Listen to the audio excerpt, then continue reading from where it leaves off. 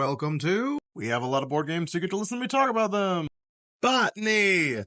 Designed by Amy and Dusty Draws and published by Duxomnium Games, this 2024 release uniquely has no artist credited outside of some graphic design by Amy Draws. This is because all the art used for this game is entirely public domain illustrations and photographs from the Victorian era in which the game is set. For gameplay, Botany has you step into the role of flower hunters. This apparently real occupation was taken on by many a bored wealthy aristocrat during this era to go out into the wide, mostly colonized world and recover plant specimens using devices called Wardian cases to bring these plants back home preserved enough to transpose and breed them so they could be sold across the world. I'm going to use Botany as an example to talk about aesthetics and how powerful they can be for a board game. Botany is not an amazing game. It's not a tight interlocking mesh of unique systems leading to deep analysis or hard choices, but it is beautiful.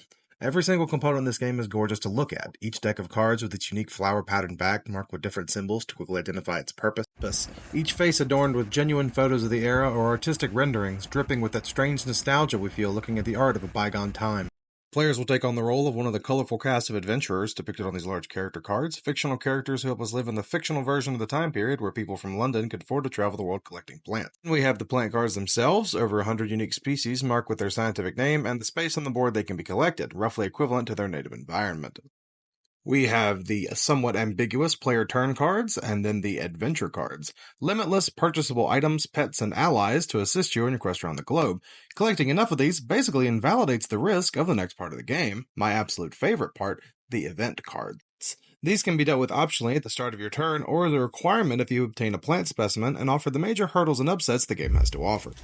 They are also crisp to shuffle. Even the back of the board is adorned with flower artwork, the designers wasting no space that could be instead filled with the artistic expression on which the game hinges. And now we come to the actual gameplay itself, Botany's weak point. Botany is first and foremost a game about money. Having money, increasing your income, spending money on travel and gear, and coming home to collect more money, all in the pursuit of gaining the favor of the Queen herself and being named the Royal Botanist. Travel around the world ain't cheap, and as such you'll start each turn by mandatorily spending a single coin to represent the general cost of traveling. Afterwards is one of the two places you might take on an event card, producing and reading its text to see possible outcomes before adding any bonuses to the roll you're afforded by your character and adventure cards. This is where things get muddy, because with a bonus of +3 to a roll, you just can't fail most of them, and with a +4, you'll never fail any of them. Thematically, I guess it could be seen as always being prepared for a situation, but it feels counterintuitive to die rolls adding variance and drama. This is balanced against there being multiple skills you'll use for rolls, but with enough time you can buy adventuring gear for all of them. Next, you'll move up to 3 spaces, playing specimen cards with a matching location from your hand. These can be played face up into your Wardian case up to its limit for their positive points, or face down into the printing press limitlessly in case of poisonous plants which have inherent negative values. Notably, these plants can be turned positive with a special estate upgrade or given to your opponents to hurt their feelings.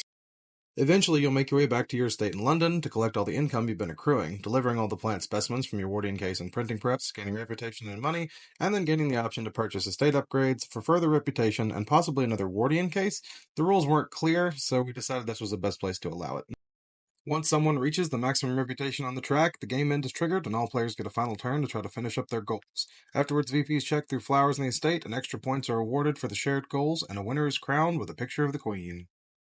The simple and sometimes abusable gameplay leaves a lot to be desired mechanically, but if you want lightweight and beautiful, this piece makes an excellent decoration or something with which to woo your friends who aren't as into the deep strategy of your niche hobby.